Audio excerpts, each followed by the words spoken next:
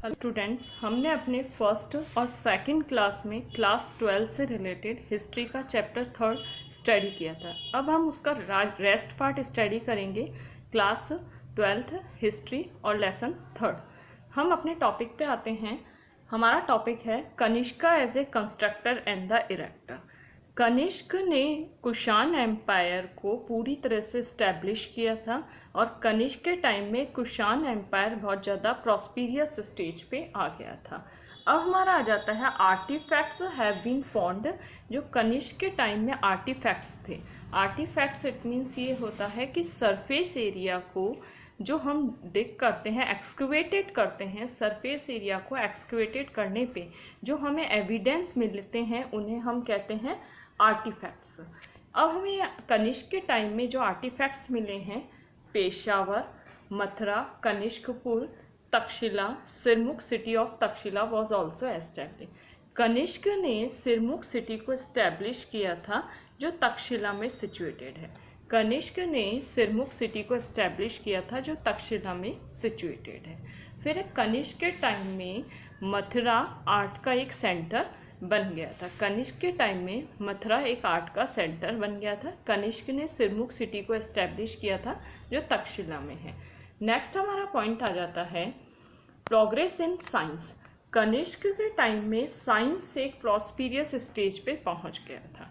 Kanishka was a great protector of education and literature during his period different from literature.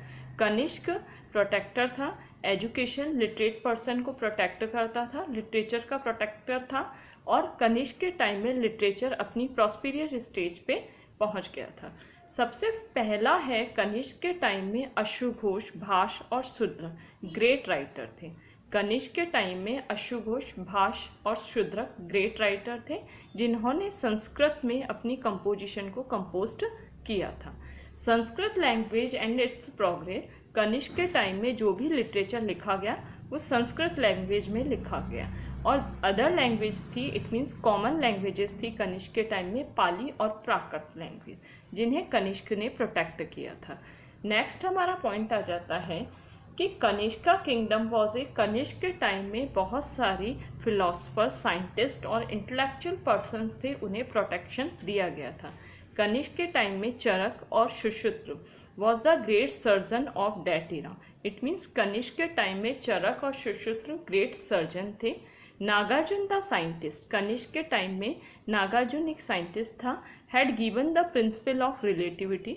Nagarjuna ने relativity की theory formulate की थी, start की थी।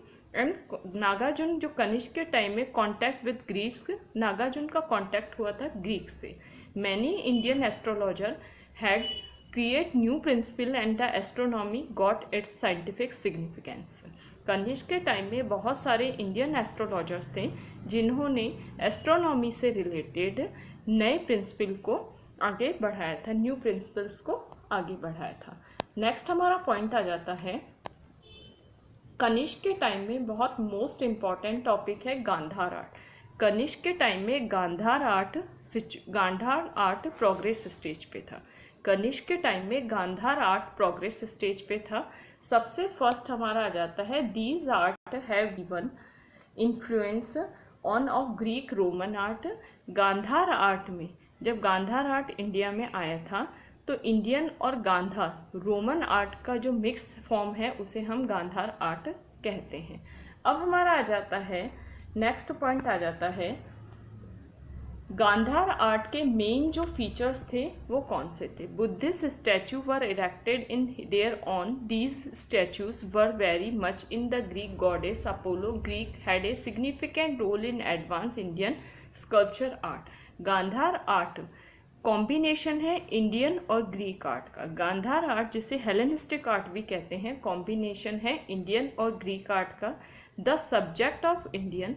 गांधार आर्ट के दो मेन फीचर हैं, two main features of Gandhara art जिसे हम हेलेनिस्टिक आर्ट भी कहते हैं। सबसे फर्स्ट पॉइंट है, गांधार आर्ट में सब्जेक्ट तो इंडियन होता था लेकिन आर्टिस्ट ग्रीक होते थे। गांधार आर्ट में सबसे पहले प्राइमेसी दी जाती थी, मतलब प्रेफरेंस दी जाती थी ऑर्नामेंट्स को। इट मीन्स ऑर्नामेंट से डेकोरेशन किया जाता था, डेकोरेटेड इन ग्रीक स्टाइल। लेकिन जो डेकोरेशन होता था गांधार आर्ट में, आर्टिस्ट तो इंडियन थे लेकिन ग्रीक स्टाइल में डेकोरेशन होता था। They were bruised with brown and grey stone, और स्टोन्स को ब्राउन और ग्रे कलर से पॉलिश किया जाता था। Later selected use to be used plaster, बाद में प्लास्टर का यूज किया जाने लगा गांधार आर्ट में। फ्रोजन आइज मतलब ठहरी हुई आंखें, स्टेबल आइज थी। कर्ली हेयर्स थे गांधार आर्ट में, लॉन्ग मुस्टेच थी, मुस्टेच मतलब लंबी मूछें थी। And attempt has been made to bring the figure of Buddha closer to reality. जब हम बुद्धा स्टाइल के फिगर को देखते हैं, इट मीन्स स्टैचू को देखते हैं, फिगर इट मीन्स स्टैचू, जब हम बुद्धा स्टैचू को देखते हैं तो हमें ये सारी रियलिटी उसमें आइडेंटिफाई हो जाती है। It mean frozen eyes, curly hair, long moustache etcetera. Next हमारा आ जाता है under Kushan period, Gandhara school and Amaravati school of sculpture had developed and the have given the best example of art. Kushan period में, it means Kanishka के time में, सबसे best example art के थे, स्कूल थे गांधार स्कूल और अमरावती स्कूल। स्कल्पचर का मतलब होता है वास्तुशास्त्र, जो टेम्पल्स, मॉन्यूमेंट्स वगैरह बनते हैं वो सब स्कल्पचर आर्ट में आते हैं। नेक्स्ट हमारा पॉइंट आ जाता है Indian traders brought silk from China. जो हम ट्रेड एक्टिविटी स्टडी कर रहे हैं, नेक्स्ट हमारा आ जाता है शका इरा। Kanishka is remembered not only for his victory, most of the historians agree with when he had taken power in his hand then from the 78 AD। Kanishka ने एक नया इरा स्टार्ट किया था। नया इरा जो कनिष्क ने स्टार्ट किया था उसे हम शका इरा के नाम से जानते हैं। कनिष्क ने शक इरा स्टार्ट किया था, शक इरा 78 AD में स्टार्ट किया था। फिर हमारा नेक्स्ट पॉइंट है, कनिष्क के टाइम में फॉरेन ट्रेड बहुत ज़्यादा प्रॉस्पीरियस स्टेज में था, वेल्दियस स्टेज में था।